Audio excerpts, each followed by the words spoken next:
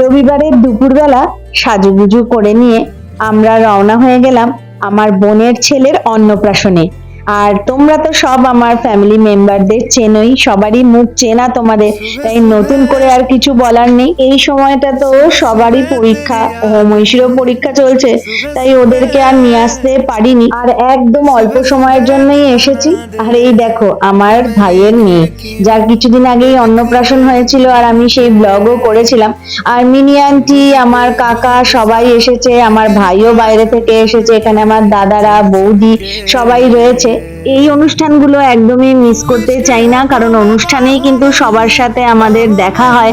আর সারা বছর ভাই বোনরা দূরে থাকে, এই অনুষ্ঠানগুলোতেই একসাথে হয়। তাও তো অনেক ভাই বোনরাই আসতে পারিনি। তো যাই হোক, কিছু মোমেন্টস তোমাদের সাথে শেয়ার করলাম, একটু সময়ের জন্য হলেও সময়টা বেশ ভালোই কাটলো, খাওয়া দাওয়া মজা গল্প করে।